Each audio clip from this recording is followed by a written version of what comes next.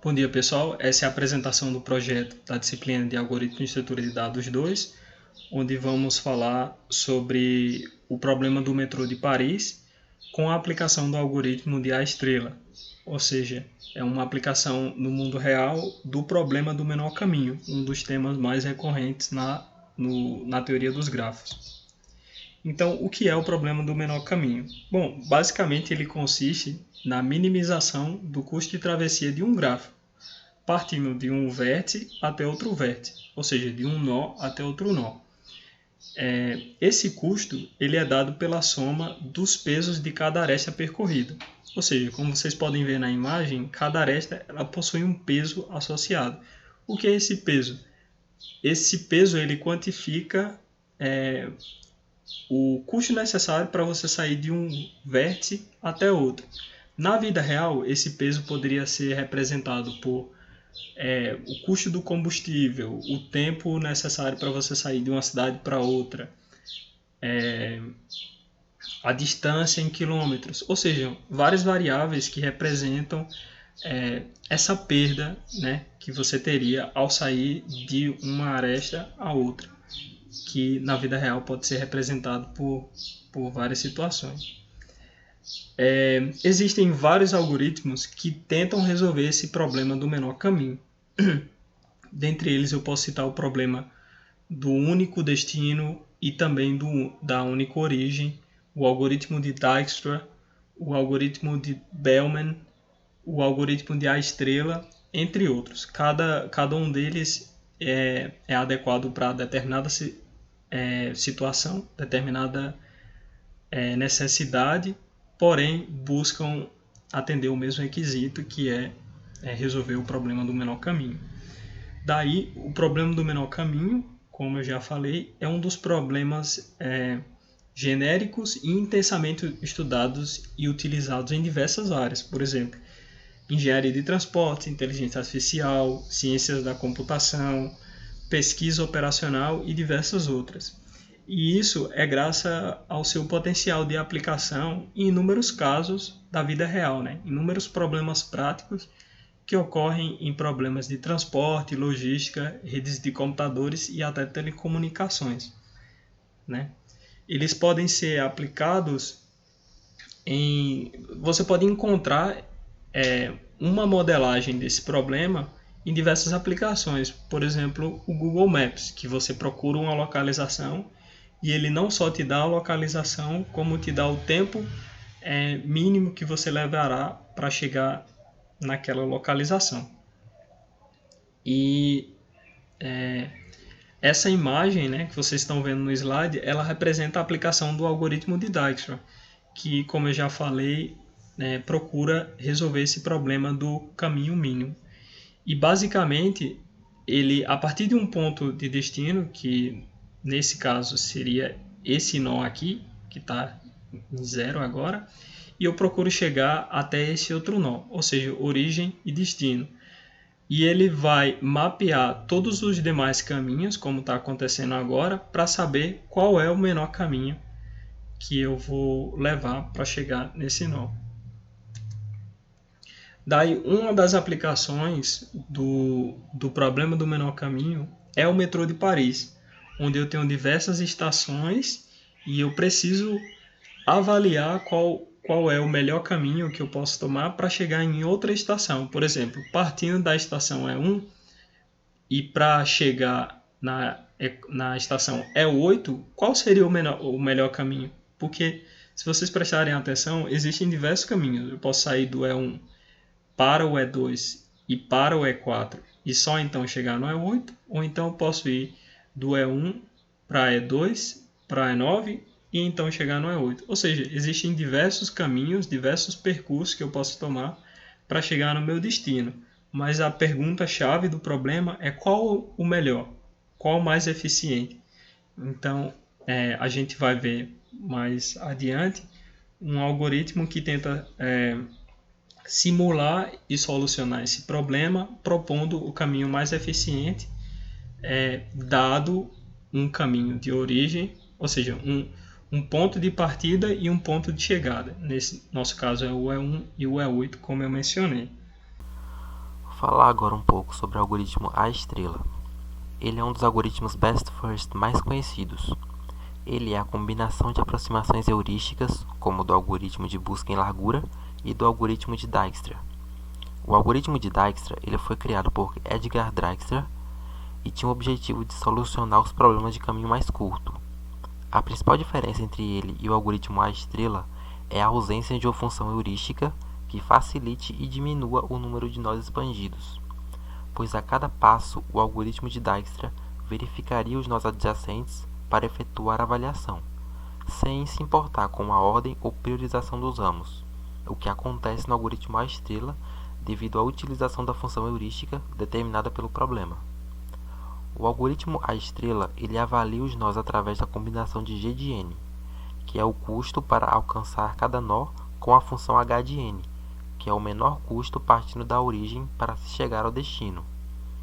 Matematicamente é dado pela equação f de n é igual a g de n mais h de n. Desse modo, f de n é o custo estimado da solução de custo mais baixo passando por n. Essa técnica requer que a estimação do custo restante no próximo nó não seja nunca maior que o custo restante do nó anterior. Diferente das duas técnicas anteriores, sob esta hipótese, sempre é possível encontrar a solução ótima com a busca A-estrela. Essa figura aqui ela mostra a representação do fluxograma do algoritmo A-estrela. O algoritmo se inicia com a declaração das variáveis e dos vetores, em que S é a posição de partida, abertos é o nome da lista de nós ou posições que já foram abertas, fechados é o nome da lista de nós ou posições que já foram fechadas, ou seja, que já foram avaliadas e ordenadas. E N é a posição ou nó atual, é com ele que se determina se o objetivo foi alcançado ou se o algoritmo precisa expandir mais nós e avaliá-los. Então ele faz inicialmente essa verificação, se a lista de abertos está vazia. Se ela está vazia, não tem nada para avaliar. Então, fracasso. Se ela não está vazia, então ela vai retirar de abertos o vértice N com F mínimo, ou seja, ele meio que seleciona o melhor nó. E ele vai colocar ele em fechados. E ele vai fazer essa verificação aqui, ó. N é o objetivo? É o nó que eu estou procurando? Se sim, sucesso, encerrou o problema. Se não, ele vai gerar todos os filhos de N. Para cada filho N' de N, ele vai calcular F de N'. Se for uma nova configuração, ele vai colocar em abertos. Se não, ele vai desprezar o vértice com maior F. Ele vai refazer essa condição. Abertos está vazio? Se sim, fracasso. Se não, ele vai repetir todo o processo até ele encontrar o N, até ele encontrar o nó que ele está procurando. Os algoritmos de busca podem ser avaliados sobre 4 aspectos: completeza, se ele encontra a solução, se ela existir; otimização, se ele encontra a solução de menor custo; tempo, o tempo que ele leva para encontrar a solução; e espaço, que é a quantidade de memória consumida para executar a busca. No caso do algoritmo A-estrela, a busca é completa, ótima e eficiente. Ela é completa a não ser que exista uma quantidade infinita de nós; ótima, pois nenhum outro algoritmo tem garantia de expandir o número de nós menor que o A-estrela; a sua complexidade é exponencial e o seu uso de memória é intenso. Bom, o código que nós vamos analisar foi feito pela aluna Daniela Gomes Ramalho, feito na disciplina de Fundamentos de Inteligência Artificial do Centro de Informática da Universidade Federal de Pernambuco. Da linha 10 a 12, a inclusão das bibliotecas que serão utilizadas no código. Nas linhas 19 e 20 foram definidos os números máximos de estações de origem e de estações de destinos que serão utilizados no restante do código. Bom, para os dados que serão utilizados no código, das linhas 29 a 45, foi declarada a variável inteira chamada de distância, que é uma matriz simétrica de inteiros que representam as distâncias entre as estações, com índices sendo os números máximos de estações de origem e destino. Por ser uma matriz simétrica, dá para observar que não necessitaria armazenar os valores abaixo da diagonal principal. Com isso, estaria economizando mais espaço no código. Das linhas 50 a 66, foi declarada a variável inteira chamada de conexão, que é uma matriz de adjacência que representa as conexões entre as estações, com índices sendo os números máximos de estações de origem e destino, onde 1 indica que há conexões e 0 indica que não ocorre a conexão.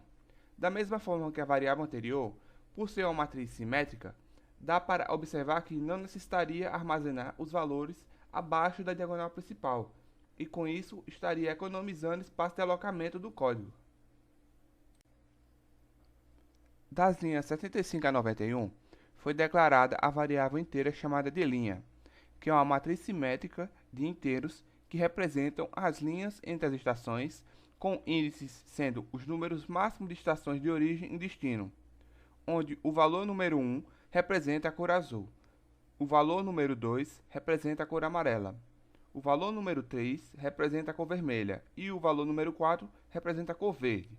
Da mesma forma que as variáveis anteriores, por ser uma matriz simétrica, dá para observar que não necessitaria armazenar os valores abaixo da diagonal principal, e com isso estaria economizando espaço de alongamento do código.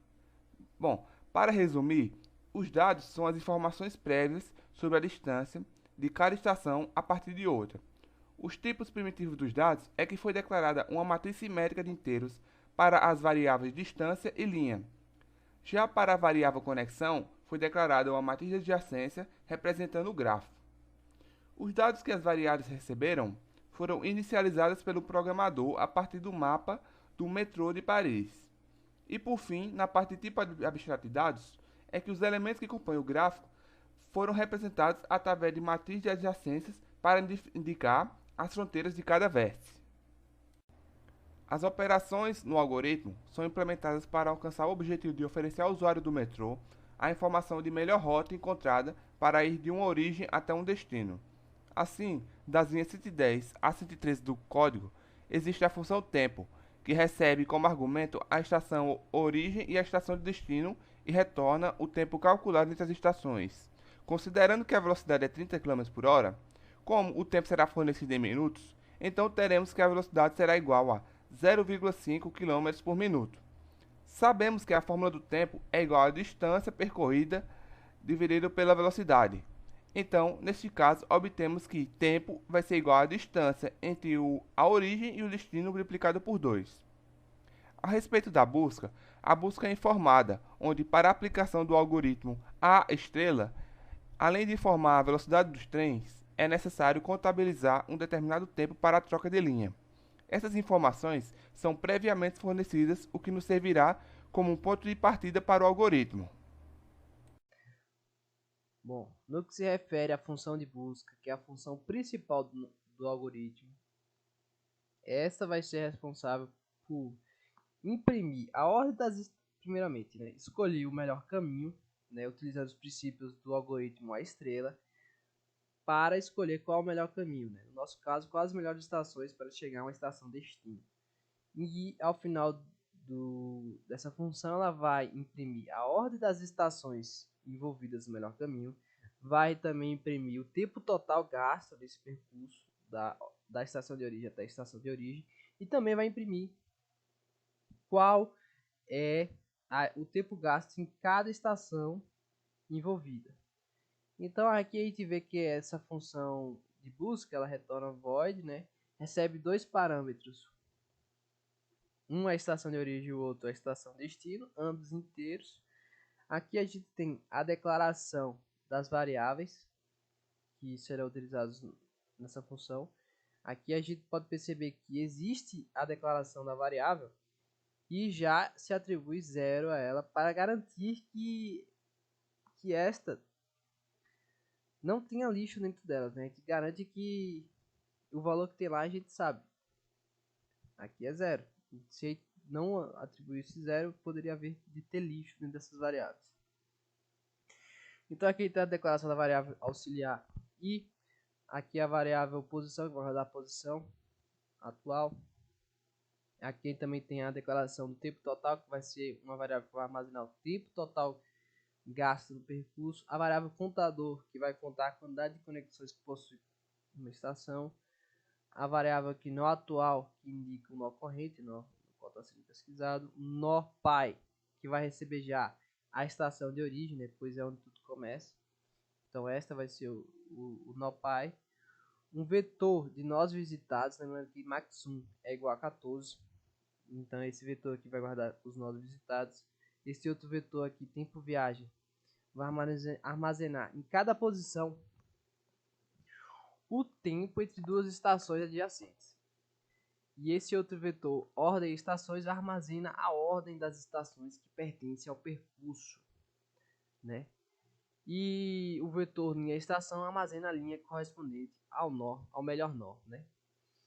Aqui tem a declaração de F, G e H, que é as funções que o algoritmo Maestrela utiliza para escolher o melhor caminho, né? F vai ser igual a G mais H, que é a função de avaliação do melhor caminho. G vai calcular o tempo entre a estação de origem e o nó corrente, e H calcula o tempo entre o nó corrente e a estação destino. Aqui a gente tem a declaração também de F do nó melhor. A gente tem um valor estipulado aqui para o F do nó melhor. O nó melhor e também a variável linha no nó melhor. Então é igual a zero. Esse for aqui, ele vai ser responsável pela limpeza dos vetores, né? E pela inicialização dos vetores, todos serão inicializados com zero em todas as posições. E aqui a gente tem a inicialização das variáveis, né? O nó visitado. O primeiro nó visitado vai ser a estação de origem e este vai receber 1, né? A ordem das estações, que é o vetor que guarda as estações percorridas no melhor percurso, vai receber na primeira posição estação de origem. O tempo viagem na posição vai receber 0, né? Que na posição 0 recebe 0 porque está na primeira estação, então a gente não gastou tempo nenhum. E linha estação na posição também recebe 0. E aí a gente já passa para a próxima posição, que é 1. Lembrando que em seus vetores se inicializam em 0, primeiro índice. Aqui nesse while é onde vai acontecer a pesquisa das melhores estações até chegar à estação destino, né? Então nesse while aqui, a ordem de estações vai ser o vetor que vai guardar todas as estações envolvidas no melhor percurso. E enquanto não for a estação destino, ele vai se repetir.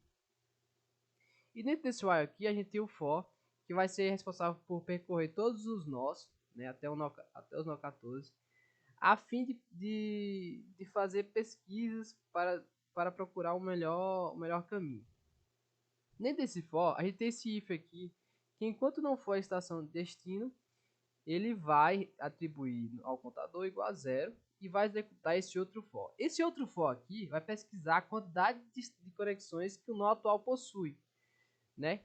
Então ele vai a gente sabe que então rodando esse for aqui, ele só vai entrar nesse if caso haja uma conexão. Lembrando que conexão, como já foi dito lá mais à frente, conexão é a tabelinha que guarda todas as conexões que uma estação tem com um nó.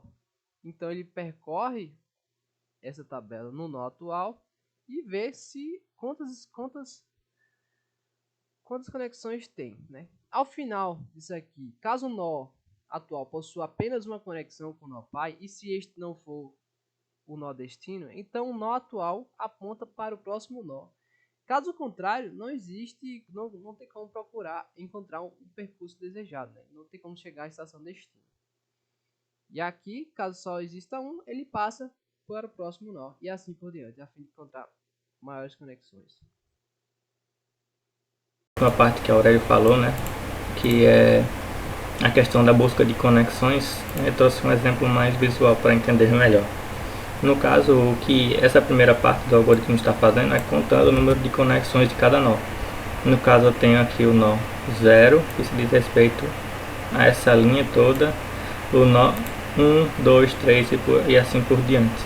O que é que ele faz? Ele vai verificar a quantas conexões eu tenho em cada nó. Então, se o nó atual é o 0, então eu tenho a linha 0 com o número de conexões desse nó. Então, simplesmente a variável contador vai pesquisar, vai procurar, né, os valores igual a 1. Quando ele achar, ele incrementa o contador. Então, no caso do nó 1, ele só possui uma conexão. Então, o contador será igual a 1.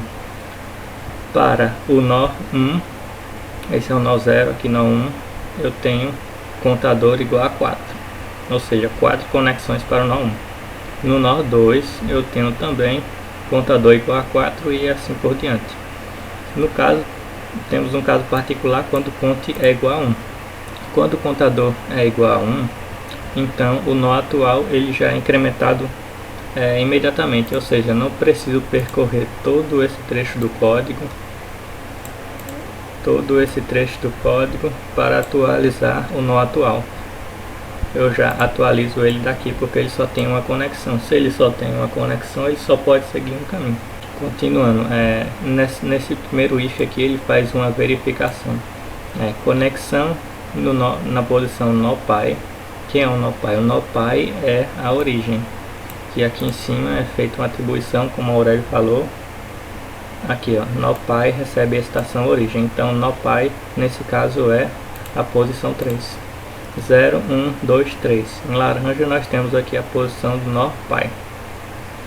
E a condição diz NoPy na posição 3 no nó atual. No caso o nó atual aqui é 2. Então 0, 1, 2.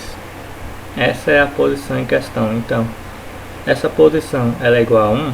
Nesse caso sim, ela é igual a 1. E nó visitado nessa posição ela é igual a 0.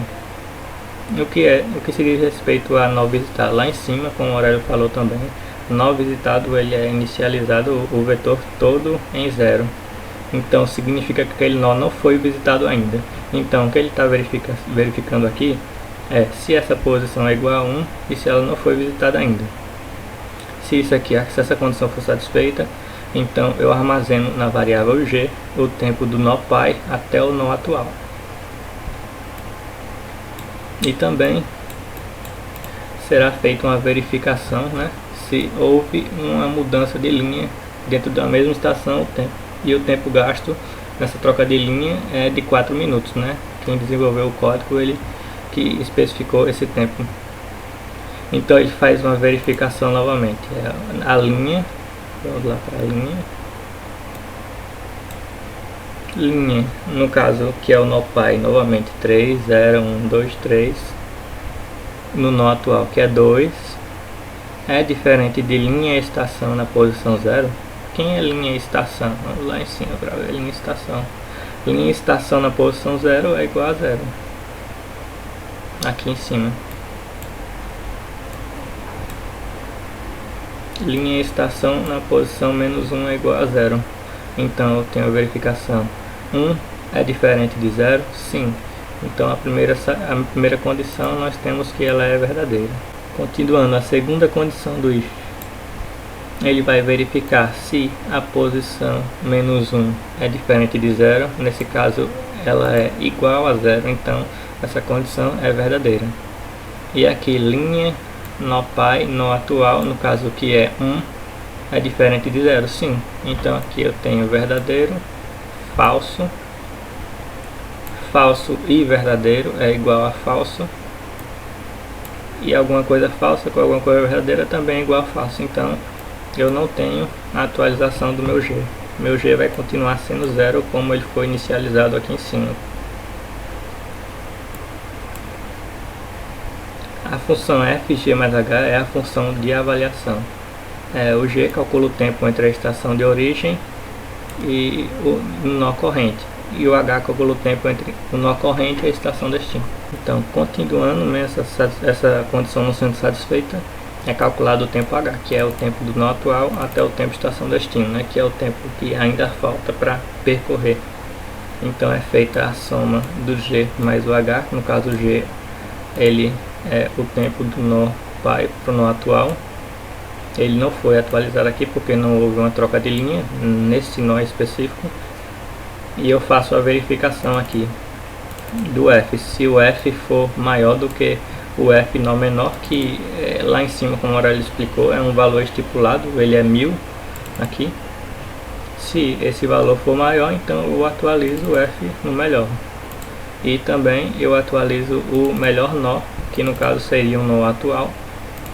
Eu também atualizo a linha, a melhor linha, e o nó visitado, que no menor nó, que agora passa a ser 1, ou seja, esse nó já foi visitado.